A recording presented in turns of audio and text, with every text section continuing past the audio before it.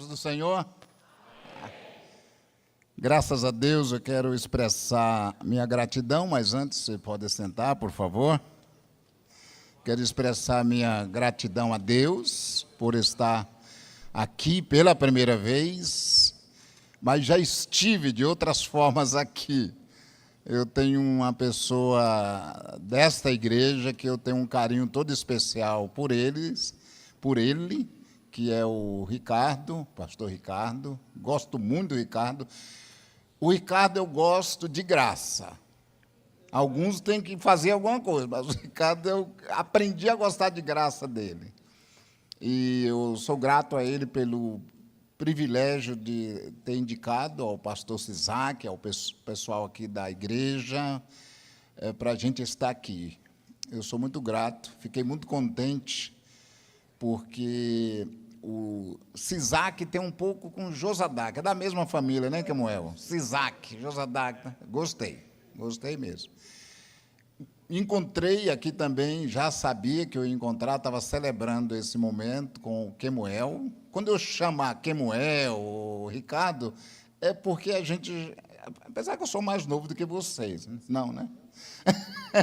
Essa relação nossa de vários encontros, e a gente tem uma gratidão toda especial por encontrar também aqui, nesta noite, o Kemuel. E Garça não poderia ficar de fora. Rapaz, quando eu fiquei sabendo que o Valdeci, eu tenho uma dívida com o Valdeci.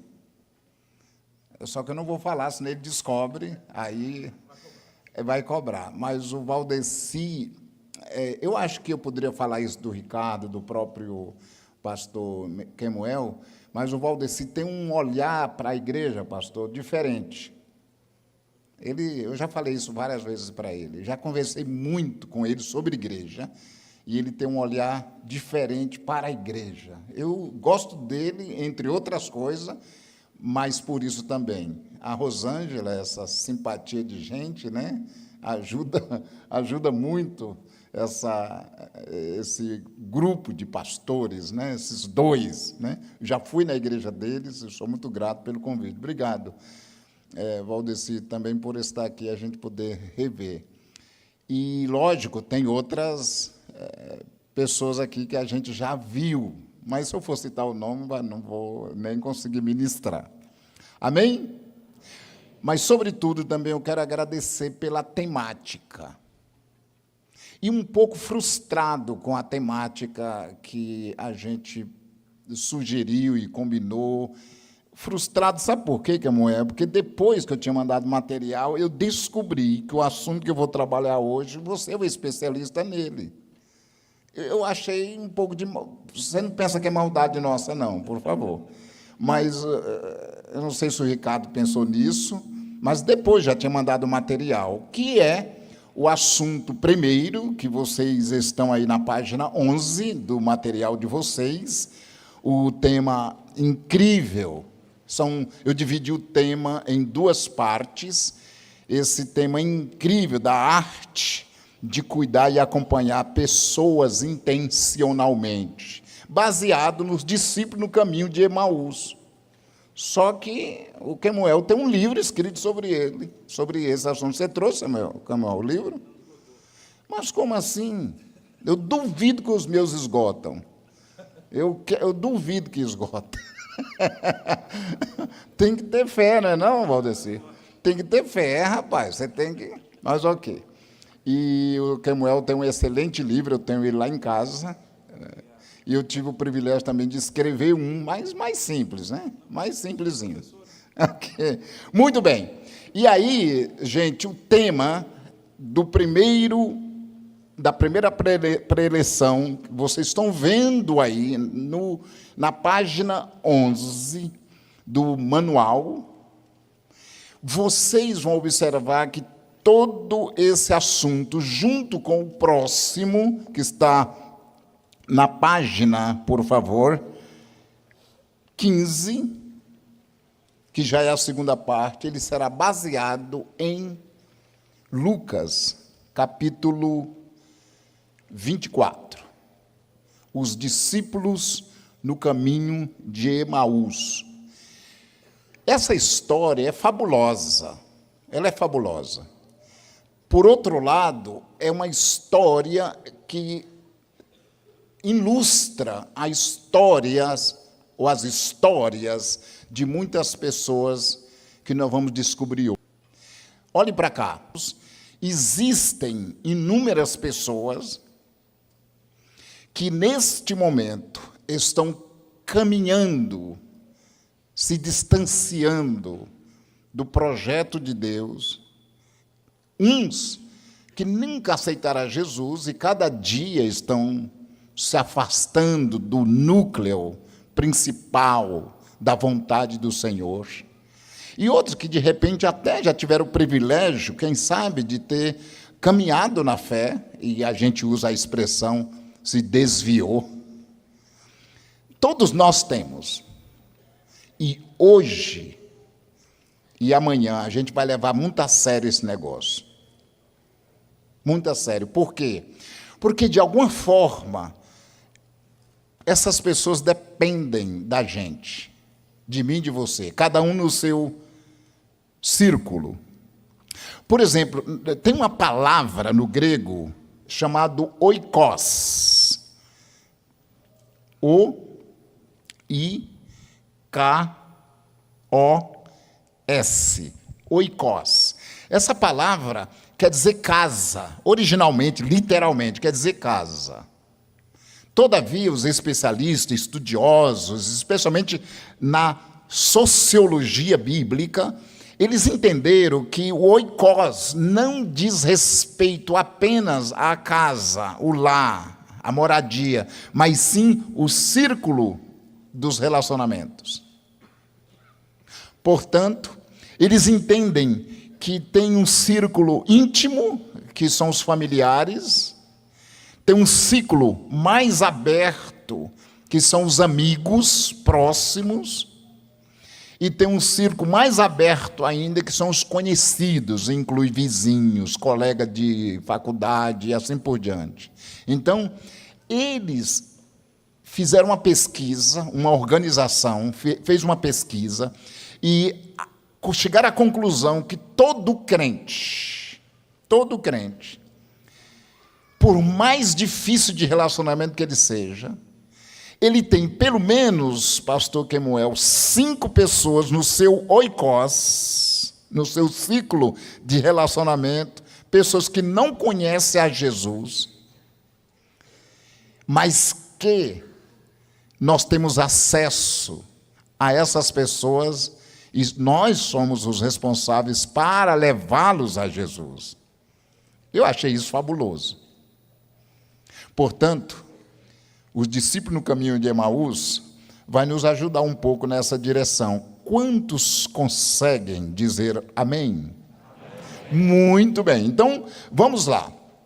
Eu queria, primeiramente, que você observasse um detalhe muito interessante que eu trabalhei aqui no material, e isso vai ajudar você a captar o sentido dos termos.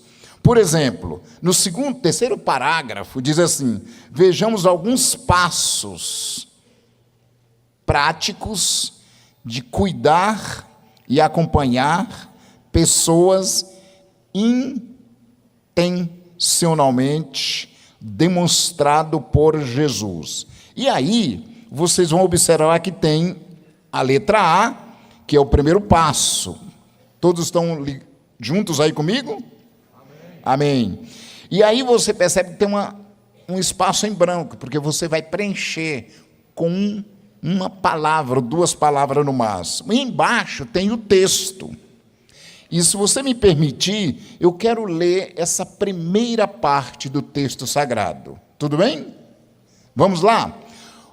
É o versículo 13 em diante. Diz assim: naquele mesmo dia, 2 discípulos estavam indo para uma aldeia chamada Emaús, que ficava a uns 10 quilômetros de Jerusalém. E iam conversando a respeito de tudo o que tinha acontecido. Enquanto conversavam e discutiam, o próprio Jesus se aproximou e ia com eles. Porém, os olhos deles estavam como que impedidos de o reconhecer. Amém? Muito bem. Então, nosso tema, eu criei uma santa confusão aqui para o Ricardo, para ter esse flip chart aqui, porque eu acho que isso nos ajuda a captar o sentido. Então, o nosso assunto, como você viu aí, é cuidar, vou colocar em letras bem grandes aqui, cuidar e acompanhar. Cuidar e acompanhar. Esse é o nosso, olha aí, ó. Preste atenção, esse é o nosso ponto de partida, cuidar e acompanhar. Você deve estar perguntando, tá, mas o que tem a ver a história, a narrativa da experiência dos discípulos no caminho de Emaús com o assunto cuidar e acompanhar? A vida, existencialmente falando, ela acontece com todos nós nesses níveis de cuidar e acompanhar. Deixa eu só ilustrar para você. Se você quiser entender o sentido da palavra cuidar, a melhor imagem que você tem é a imagem da mãe. A imagem da mãe é a que melhor expressa o sentido de cuidar e acompanhar. E por que não da mãe e do pai?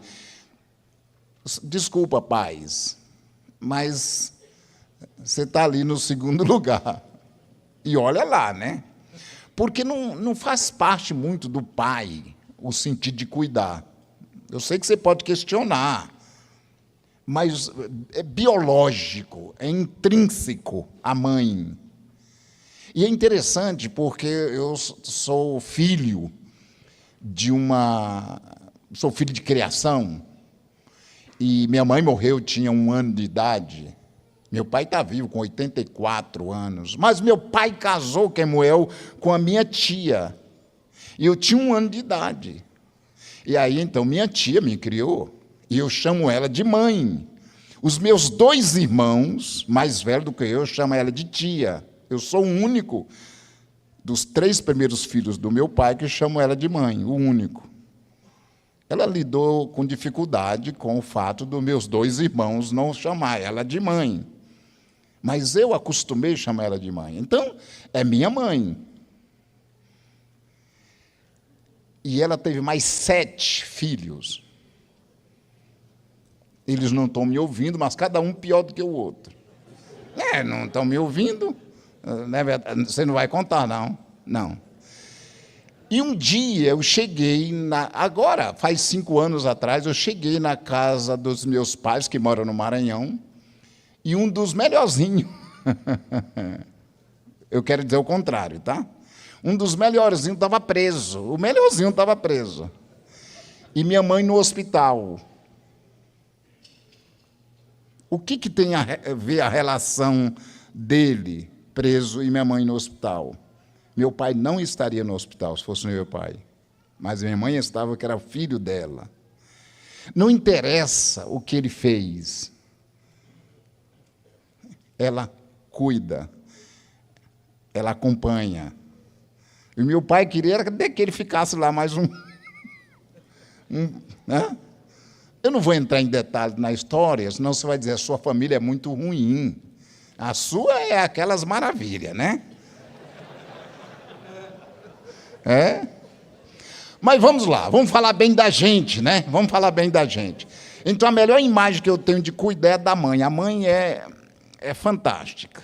Por exemplo, minha esposa está aqui, nós temos 3 filhos, o cuidado dela com os 3, eu não sei medir em grau, mas é melhor do que o meu, com certeza.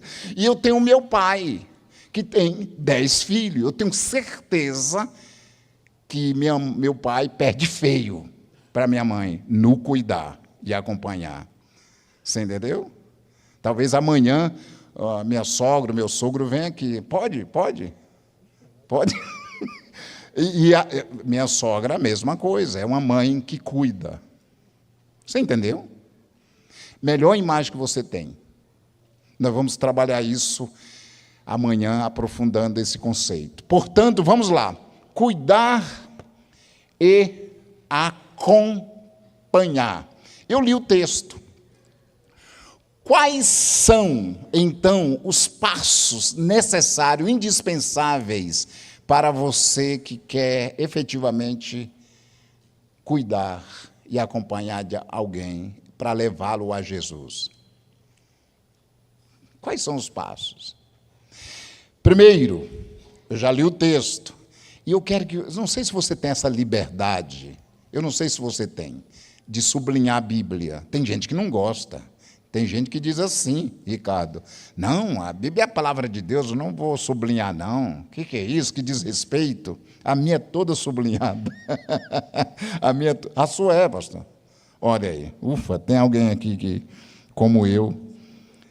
Muito bem. Então, preste atenção no que está escrito, por gentileza, no versículo 14.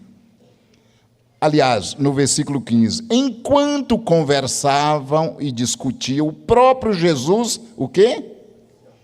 Se aproximou. Então, primeiro passo é aproximação. Aproximação. Ou seja, você quer de fato levar alguém para Jesus? Você quer, de fato, levar alguém para Jesus? Você tem que se aproximar. Mas é se aproximar mesmo. Eu não estou falando de... eu pensei nele, eu pensei nela. Não é disso, é se aproximar. Tem uma pesquisa muito interessante, que lançaram um livro fenomenal, Evangelismo via Amizade, lançado pela Vida Nova. Você tem que comprar esse livro. Não sei se foi o Instituto Barna, que acabou de soltar uma pesquisa, depois você procura, que o Ricardo deve ter todas essas informações. Ele sabe tudo. Sabe, Ricardo? E aí você pergunta o que ele acha. Soltou uma pesquisa agora, recente, e vocês sabem disso, o assembleiano sabe disso, que mais de 80% das pessoas que chegam na igreja vêm via laços familiares. Relacionamento. Pronto. Então, vamos lá. A primeira coisa é se aproximar. O que o texto sagrado está dizendo? Naquele mesmo dia, 2 discípulos estavam indo para uma aldeia chamada Emaús, que ficava a uns 10 quilômetros de Jerusalém, e iam conversando a respeito de tudo que tinha acontecido. Enquanto conversava e discutia, o próprio Jesus se aproximou e ia com eles. Vocês entenderam? Quantos de vocês têm um celular? Vê se você... Pega ele agora. Pega aí, você trouxe, não é possível que você não trouxe. Só dia você traz. E fica mexendo ele aí na hora do louvor. Levanta aí, faz assim, ó. Ok. Deixa eu te contar, segura ele aí. Essa semana, eu estou num grupo que tem alguns amigos meus que moram no mundo inteiro. E eu fiquei sabendo de uma pessoa que estava no caminho de Emaús. Eu disse, meu Deus, como é que eu faço? E eu não sabia o que fazer. E aí eu fiz o que eu vou pedir para você fazer. Eu me aproximei, virtualmente, lógico, e eu orei. Sabe por quê? Porque antes, Kemuel, eu mandei uma mensagem para um amigo meu que está em Londres. E eu disse, e aí? Ele diz, ele está reticente. Ele não quer saber. Eu já tentei, ele não responde. as mensagens. Aí eu disse, eu vou lá. Fazia uma semana que eu tinha sabido, então eu mandei a mensagem. Eu mandei a mensagem de maneira muito simples, porque eu não sabia o que falar. Ele estava no caminho de Emaús. Eu não estou dizendo que ele resolveu, eu só estou falando que eu me aproximei e mandei a mensagem. Demorou meia hora, ele respondeu. Eu falei, ufa, e agora? O que eu faço? Aí é hora de orar, né? Deus de misericórdia. E agora ele respondeu. Bem, nós tivemos uma conversa e tivemos 2 conversas já, isso na quarta, hoje é sexta, inclusive uma ontem, e marcamos um tempo para conversarmos. Eu preciso ir com ele. Eu preciso ir com ele. Você pensou em alguém que do seu círculo de relacionamento agora? Pensou nele? Você pensou em alguém lá do seu trabalho, da sua família, que está no caminho de Emaús, se afastando de Jerusalém, com a cabeça desse tamanho, decepcionado com tudo e com todos, se desligando da possibilidade de ver Jesus ressuscitado. Eu não estou falando do desviado, estou falando de alguém até mesmo que está vivendo uma vida no caminho de Emaús. Agora eu vou te dar 30 segundos para você mandar uma mensagem para ele. Faz isso. Se ele tiver se você tiver o contato dele, naturalmente. Agora você pode mexer no celular. Vamos lá? Pense. Faça isso. Daqui a meia hora a gente vai voltar. Vamos ver se ele já respondeu.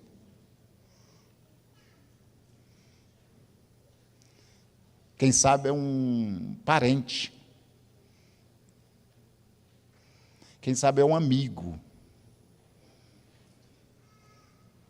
Quem sabe é um colega da faculdade, da escola, do trabalho, enfim, ou um vizinho.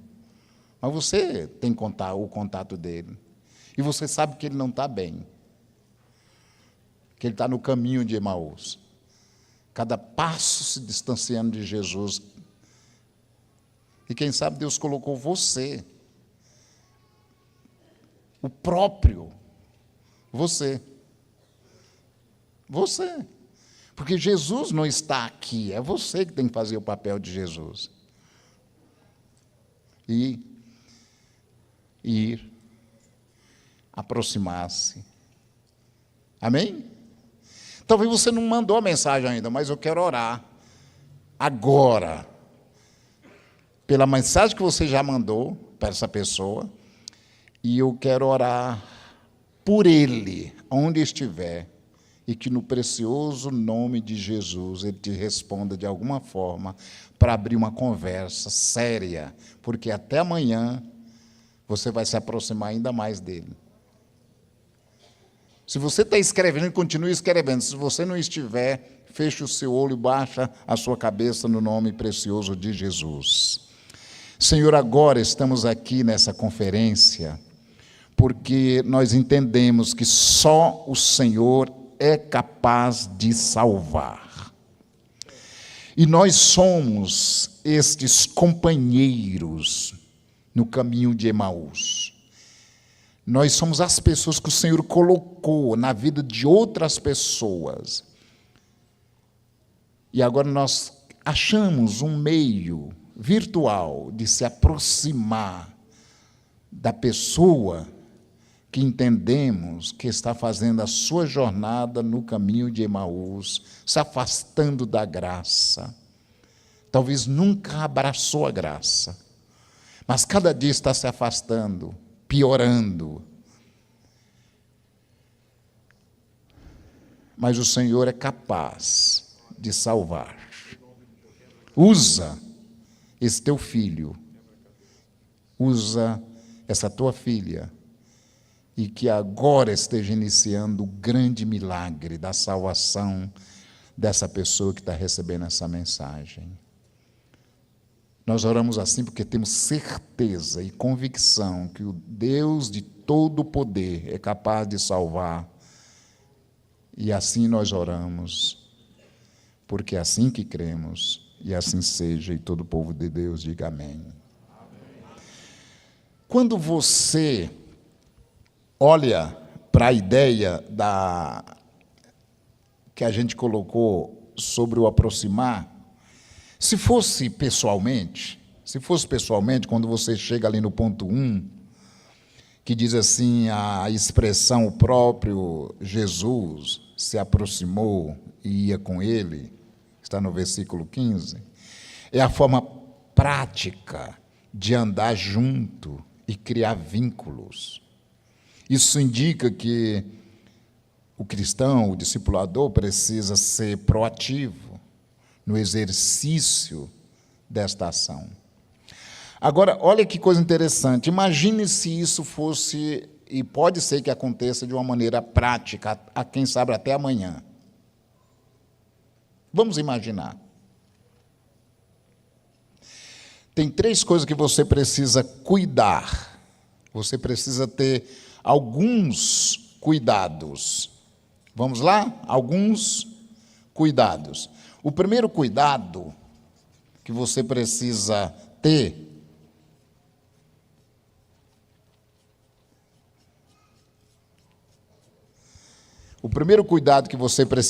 sabe o que é?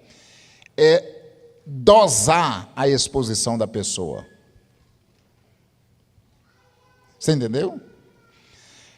Seria mais ou menos assim, não chegue com sede ao pote. Você entendeu? Não atropele. Você entendeu? É a hora de agir com sabedoria, porque essas pessoas estão fechadas. Dosar a exposição da pessoa. Você precisa ter esse cuidado. Vai devagar. Tem uma regra básica, e amanhã nós vamos ver um pouco sobre isso, que Jesus era muito cuidadoso com a pessoa. Se você quiser pensar em alguém que respeita o ser humano, a pessoa humana, essa pessoa chamava Jesus. Posso ilustrar? Eu vou ilustrar.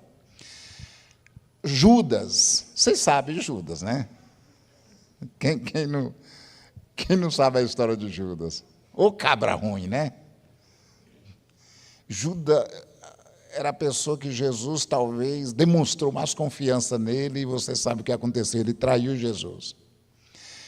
E faltava algumas horas, pastor Kemuel, para Jesus ir para o Getsêmani, era mais ou menos, quem sabe, 8 horas, 9 horas da noite, Jesus tinha comido a ceia com os discípulos, e chegou uma hora, quem sabe, ele fez um suspiro, e disse, gente, eu tenho que dar uma informação. Aí todo mundo, ele disse, um de vocês vão me trair.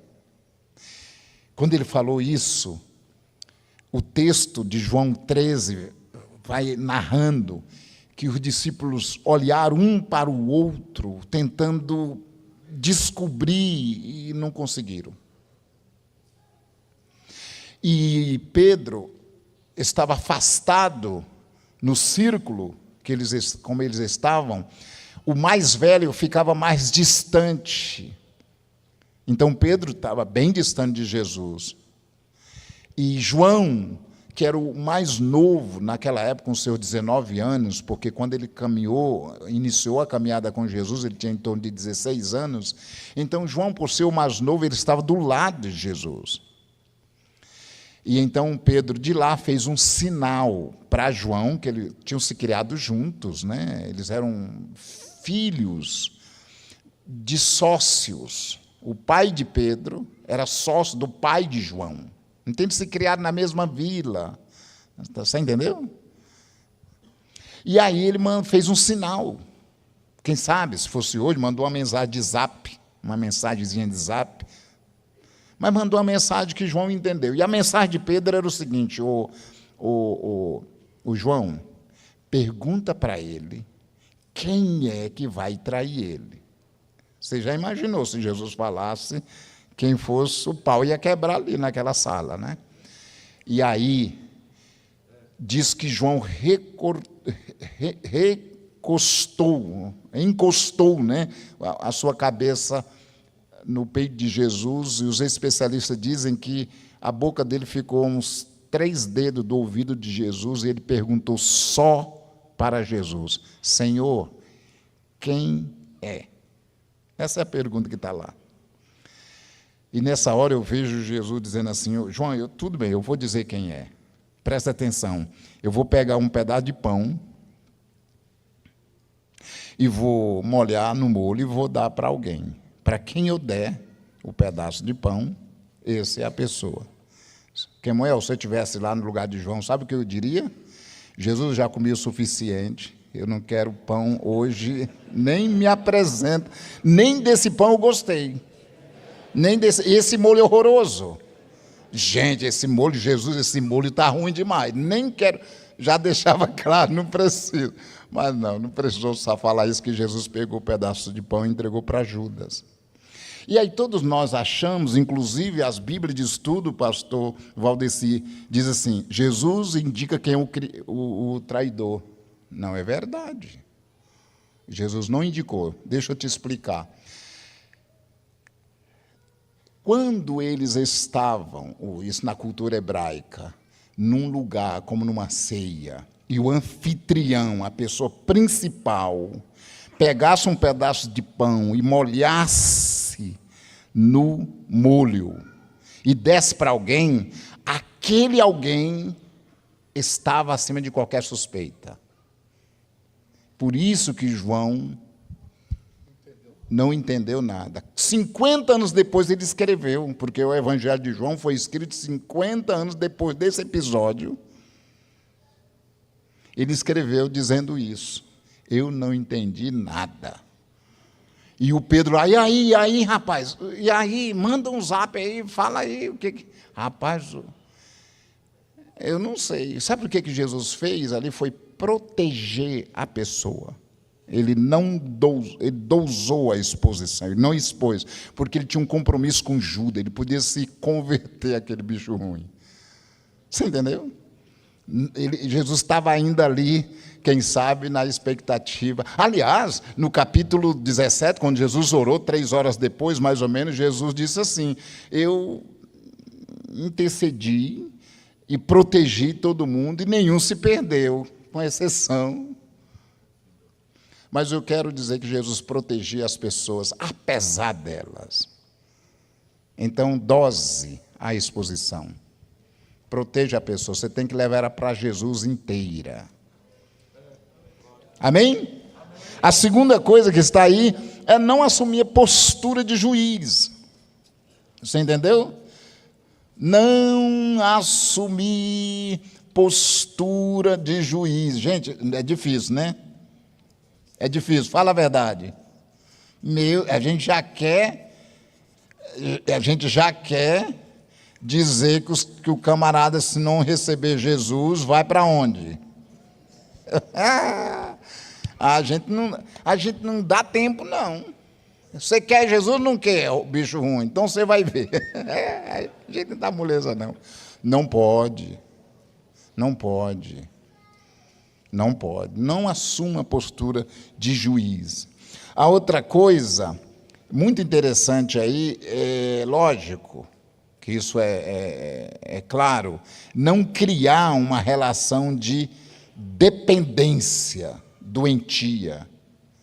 Por isso, pastor Ricardo, que a igreja tem culto de doutrina, a igreja tem escola bíblica, tem esses espaços onde quem a gente leva para Jesus vai conviver, vai aprender com outros, não só com a gente. Ele não pode depender só da gente. Amém? Muito bem, então, dá uma olhada aí na sua mensagem. Ver se tem alguma resposta. Você não olhou ainda não, né? Não, não pode olhar. Dá uma olhada aí se a mensagem já retornou. Eu não sei como você falou. Eu vi uma pessoa balançando a cabeça que sim. Mas daqui a pouco eu volto de novo para perguntar. Agora solta o seu celular. Vamos lá, segunda coisa. A segunda coisa, ou o segundo passo, versículos 17 até o 27. Eu amo esse bloco de versículos. E o versículo 17 começa desta forma, prestem atenção. Então, ele lhes perguntou: o que é que vocês estão discutindo pelo caminho? E eles pararam entristecidos. Olha que expressão legal, né? Eu fico imaginando o que o parar tem a ver com entristecido e o que a pergunta de Jesus provocou que eles pararam. Porque eles literalmente estavam caminhando, vocês podem observar, eles estão caminhando.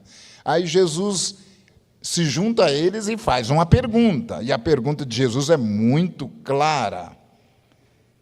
O que é que vocês estão discutindo pelo caminho? E aí eles param entristecidos. E agora observe que no versículo 18 diz assim: porém, chamado Cleopas, respondeu. Possivelmente, especialistas entendem que é um casal, e uma prova cabal é que levaram depois Jesus para a casa deles. Então, é possível que fosse um casal. E o Cleopas é o esposo, e a esposa é a Maria. Ela aparece no livro de Lucas, né? Enfim. E a pergunta é interessante. Será que você é o único que esteve em Jerusalém e não sabe o que aconteceu lá nestes últimos dias? É uma pergunta que eles fazem, mas é uma pergunta meio de desabafo.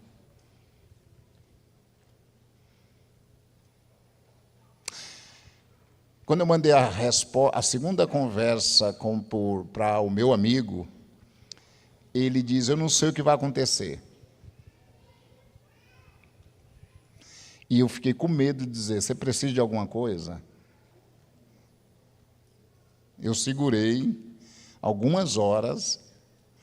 Ele diz: eu não sei o que vai acontecer comigo. Então, o que esses dois responderam, porque o Cleopas responde por Maria também, é um desabafo, é um grito, é um choro interno na alma, que acachapa a alma deles nessa jornada de afastamento. E aí Jesus vem, olha que coisa interessante, versículo 19, ele lhes perguntou. Você vê que pergunta simples, não é simples a pergunta? Do que se trata?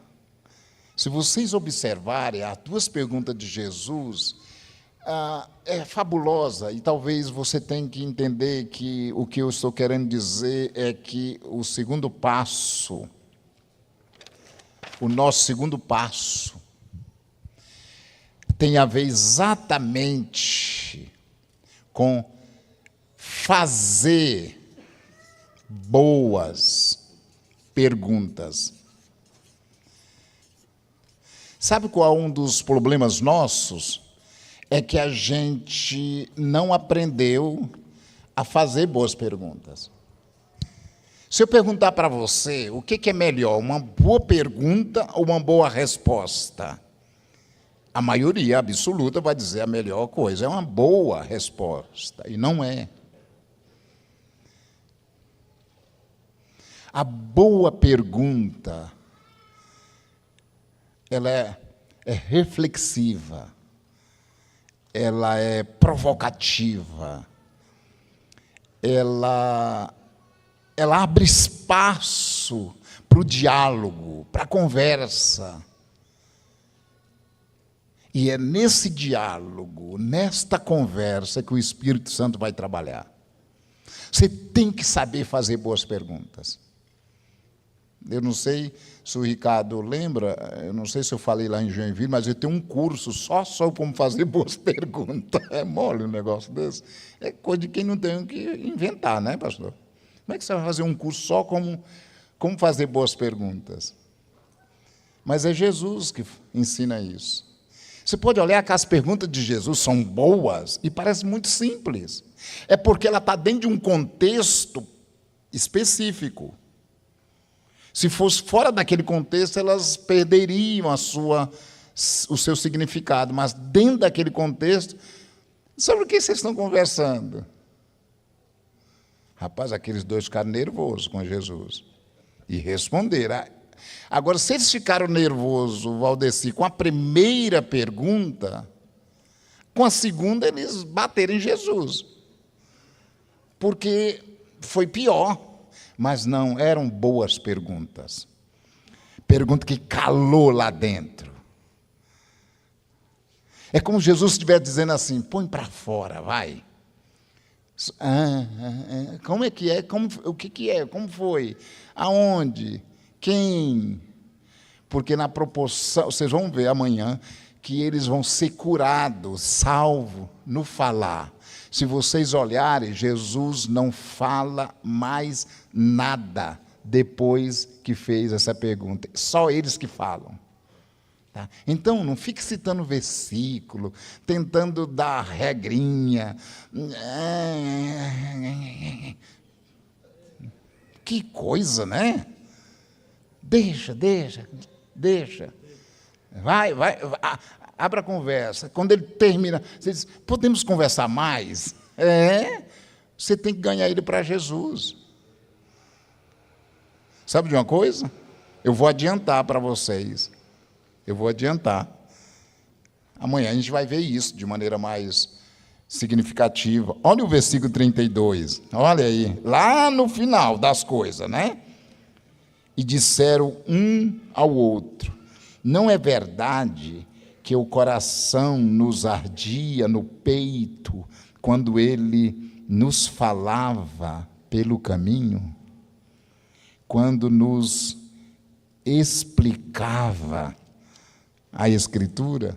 Pode ver, são duas coisas, a Escritura e os vínculos, e o caminhar junto, são duas coisas. Você diz, não, tem que falar a Escritura. Sim, mas são as duas coisas. o falar com eles não está no mesmo peso da Escritura. Não está. Mas é o caminho, é a porta. Amém? Então, o primeiro passo é a aproximação. Você tem que se aproximar. Eu te dei um exemplo simples aqui. Hoje, o virtual é uma forma de se aproximar. Amém? É uma forma. A segunda coisa, você tem que aprender a fazer boas perguntas. Só que você tem que orar para aprender a fazer boas perguntas.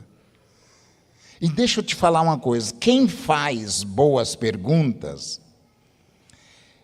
não tem pressa. Não tem pressa. Olha o ponto 3. Na prática, a arte de fazer boas perguntas implica em...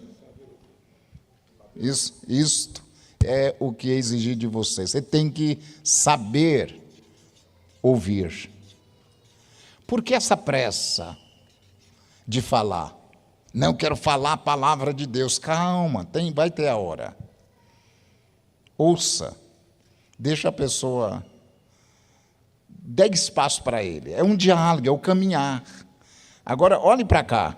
Uma coisa muito preciosa Quemuel, o que você percebe nesse texto, você deve ter estudado isso de várias formas, é que quando Jesus começa a caminhar com eles, qualquer um de nós pegaria na orelha do sujeito e dizer assim: ô, volta para trás, rapaz, o caminho é para cá, ó, você está indo para o caminho errado. A gente faria isso. Na hora que chega na pessoa, a gente faria isso. Jesus não, Jesus faz o caminho deles. Jesus não tem pressa. Uma hora o Espírito Santo pega eles. Pega, para que pressa? Para que pressa? Vai cutucando, vai caminhando com ele, fazendo pergunta, vai se interessando por o que ele fala, vai ouvindo. Deixa, o Espírito Santo vai... Aí vai chegar uma hora, daqui a pouco, que você vai precisar expor a palavra. Calma, só amanhã, tá? Só amanhã. Vai chegar a hora que você vai precisar explicar a palavra com base na necessidade dele. Mas agora não. Agora você vai fazer boas perguntas. Amém? Olha o que diz, eu digo na sequência aqui. Jesus sabia a importância de ouvir os fatos. Deixa eu dar uma dica para você. Eu estava num grupo, pastor Ricardo, e já tinha começado o grupo nas casas, era uma espécie de um culto no lar. E chegou um rapaz que era gerente de banco. E eu já tinha, uns 10 minutos, já tinha começado a reunião, e ele sentou, e aí a pessoa que trouxe ele apresentou. E eu falei: ô fulano, você pode contar a tua história? E todo mundo no grupo achou estranho, né? Porque tinha só uns 40 minutos ou 50, tinha um texto para ser explicado, tinha tudo para ser feito, e agora eu vou ouvir a história de um camarada que acaba de chegar. Graças a Deus que em 7, 8 minutos ele resumiu a história dele. Ele disse: eu sou do interior, cheguei aqui em Curitiba, fui estudar, e pá. Aí eu fiz mais uma pergunta. E ele, aí eu fiz a segunda pergunta. Na terceira pergunta, ele... E a terceira pergunta foi mais ou menos assim: Quemuel, você gostaria de ter uma experiência nova, que nunca teve na tua vida? Ele diz: puxa vida, talvez seja por isso que eu estou aqui. E aí a pessoa que trouxe ele chamava Arlindo. Eu digo: Arlindo, você pode juntar-se com a fulana e o fulano e ir para outra sala ali, conversar com eles? Aí eles não entenderam nada, e ele que se vire agora, né, com ele. Já veio de lá convertido. Eu não disse, eles tinham que se virar. Eu dei a pista, né? Fiz 3 perguntas, ele diz assim: eu quero Jesus, talvez seja por isso que eu esteja aqui. Vocês acham muito simples, né? Mas não foi simples. Tem uma guerra aí, né? Então, a ideia é que você precisa efetivamente, como nós já estamos falando, ouvir fatos, ouvir a história da pessoa. Diz na sequência: observe que Jesus ouve atentamente aqueles discípulos, versículo 19 a 24, sem se deixar distrair, nem com a sua escuta, como interromper quem está falando, ou oferecer solução antes que a pessoa termine de se explicar. Você é bom nisso? Você é aquela pessoa que a outra está falando, você já acorda: bem, é o seguinte. Aí você atrapalhou o Espírito Santo. O Espírito Santo está trabalhando, você se mete no negócio. Se mete. Calma. Deixa ele parar. Não tenha pressa. Não tenha pressa. Então, a outra coisa é você não interromper. Não interrompa. Você entendeu? Deixa ele falar. Deixa ele falar. Ele tem muito para falar. Aí às vezes, não, mas a pessoa fala muito. E daí? Problema seu, que achou um que fala muito. Você entendeu? Problema seu. Se vire agora em levar ele para Jesus, esse falador. Já pensou quando se converter para falar de Jesus? Eita bênção, né? Ok? E aí, gente, tem umas dicas ali que eu quero que você olhe, eu vou só ler aqui já, andando para a parte final. O item A diz assim, que uma das formas de você fazer isso, ter esse diálogo sadio, é sair de nós mesmos, de nossos esquemas conceituais prévios, considerar o que o outro diz. Segundo, colocar-nos no lugar do outro, empaticamente, que tem a ver com essa competência emocional para reconhecer o pensamento e afeto do outro. Fazer silêncio, estimulando a fala.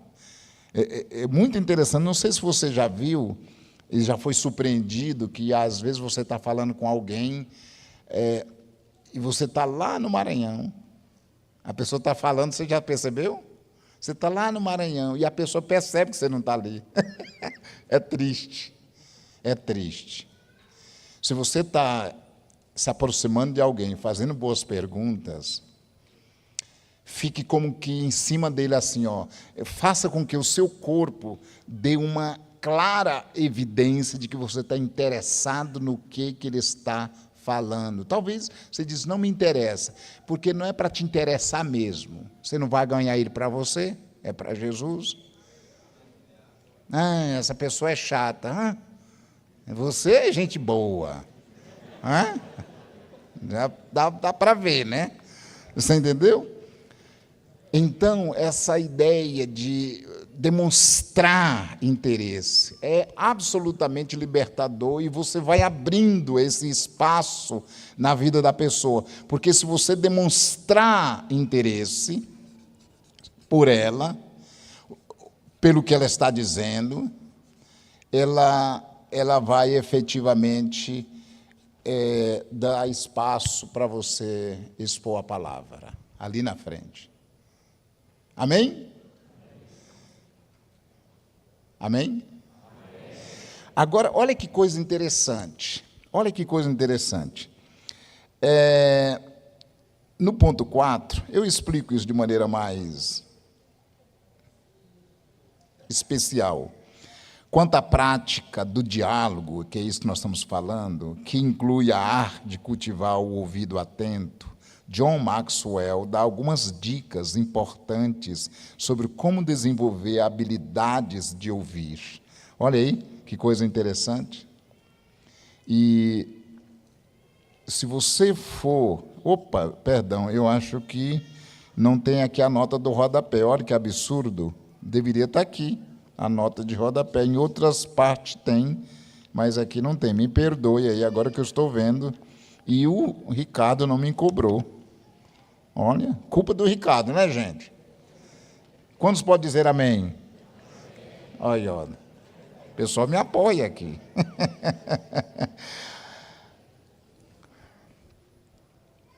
Duas coisas, 2 passos. Primeiro, aproximação. Segundo, fazer boas perguntas. Amanhã nós vamos ter a parte 2. Aí nós vamos fechar isso com chave de ouro. Mas agora, eu vou te dar 1 minuto para você olhar de novo no teu celular, ver se a pessoa já deu alguma resposta ou algum tipo de sinal. Vamos ver se está vivo. Vamos ver se está vivo.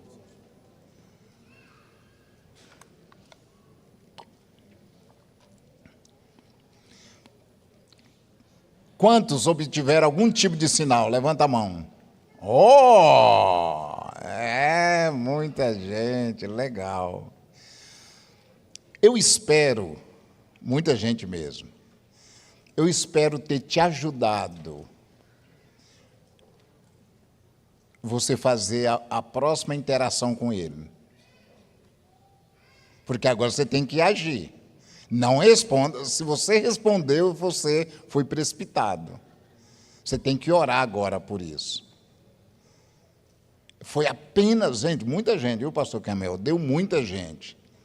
Deu muita gente. Porque, às vezes, nós temos alguém, conhecemos alguém, mas nós não temos o nome, o contato, né? E por isso que alguns pode ser que nem mandaram essa mensagem de abertura. Mas, sabe, eu quero pedir a Deus que te dê sabedoria. E não responda enquanto você não perceber que tem a próxima... Porque amanhã nós vamos mexer nesse assunto de novo. Nós vamos ganhar essa pessoa para Jesus.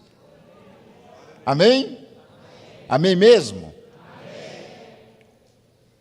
Antes que eu ore, eu vou pedir para o pastor Zizac, para o Ricardo, para mim dar uma notinha de 1 minutinho sobre a Bíblia do discipulado.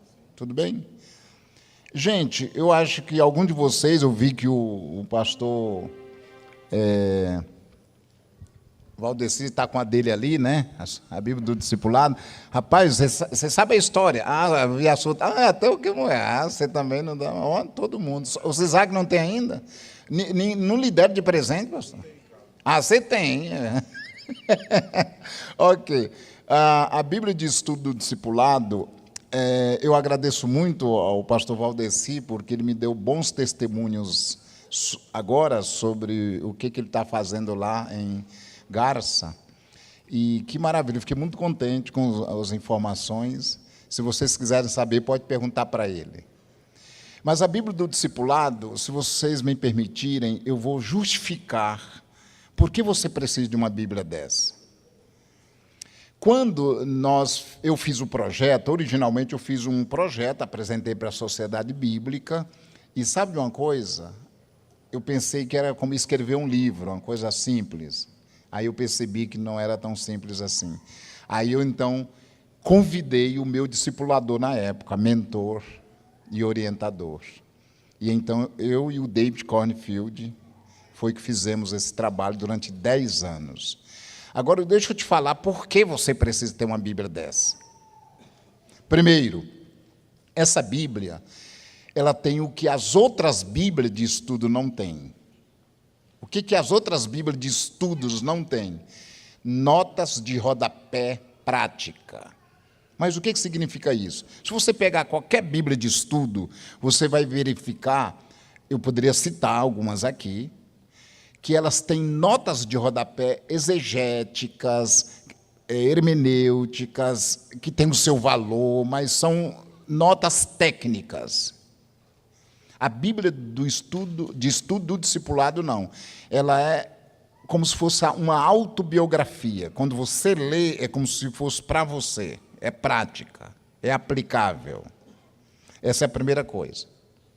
A segunda coisa que essa Bíblia de estudo tem, e que justifica o fato de você ter uma, é que ela tem 7 cursos espalhados de Gênesis a Apocalipse. Cada curso tem 8 módulos. Olha aí, 8 módulos. E cada módulo tem 8 lições. Ou seja, 7 vezes 8, 7 cursos vezes 8 módulos, vai dar 56. 56 vezes 8 dá 480. Ou seja, tem 480 lições práticas espalhadas na Bíblia toda. Aliás, tem até mais, tem umas extras lá, né, Valdeci? Fantástico. Você não vai achar nenhuma Bíblia de estudo com essa dimensão. O terceiro ponto, ou a terceira razão, é que no início de cada livro da Bíblia, quando você abre ali Mateus, Marcos, Lucas, ou Deuteronômio, Josué, no início de cada livro tem uma explicação de que forma aquele livro bíblico aborda o assunto do discipulado. Então, você lendo a introdução, você já tem uma noção do que você vai encontrar naquele livro, nas suas notas, nos estudos, enfim. E a última coisa, que eu acho fabulosa, a Bíblia de estudo do discipulado tem no final, são mais de 81 páginas, 82, 83 páginas, de uma cadeia temática. O que seria isso? Qualquer assunto na área de discipulado, na área de crescimento espiritual, na área de formação espiritual, qualquer assunto, como obediência, crescimento, enfim, maturidade, qualquer assunto, que a gente tem centenas. Você vai ver que está em negrito o título, maturidade. Você vai achar a palavra maturidade. Embaixo, você vai ter o endereço onde você vai encontrar dentro da Bíblia aquelas informações. Fabuloso. Então, só isso já justifica. Amém? Talvez hoje você consiga, ao sair, dar uma olhadinha, mas amanhã nós temos o dia todo. Eu vou falar sobre os livros amanhã também, e eu espero que eu não vou falar mais da Bíblia, já estou falando agora, para não ter que tocar mais nesse assunto. Agora eu quero terminar orando por essa pessoa, mas, sobretudo, para que Deus te dê sabedoria, para você dar a próxima resposta. Talvez você vai dar só amanhã, hoje à noite, depois de um tempo, refletindo. Quem sabe você já tem até como responder. Quem sabe o assunto de hoje. Quem sabe, pastor Kemuel, a pessoa vai fazer uma boa pergunta. Quem sabe ele tem informação sobre essa pessoa e já sabe qual é a boa pergunta que vai fazer. Eu não imagino, mas você pode fazer uma boa pergunta. E, ao fazer, ore para o Senhor tornar essa pergunta uma bomba, uma dinamite no coração dele. Vamos orar vou orar por você. Amém? Senhor, obrigado. Obrigado pela fabulosa história dos discípulos no caminho de Emaús, que acabamos de ver essa primeira parte. Obrigado pelo exemplo de como Jesus fez com aqueles dois, que estavam tão decepcionados, estavam tão entristecidos, enfim. Mas Jesus se aproximou e depois fez boas perguntas. Senhor, eu peço agora a sabedoria do alto sobre a vida do teu filho e da tua filha, que precisa dar uma resposta, um segundo momento desta relação que nós abrimos agora, nesta noite aqui. Ó Senhor, dê sabedoria. Quem sabe para fazer uma boa pergunta. Quem sabe para fazer uma oração. O Senhor vai orientar o teu filho e a tua filha. Eu peço que o Senhor o faça, no precioso nome de Jesus. E todos os que creem, diga amém.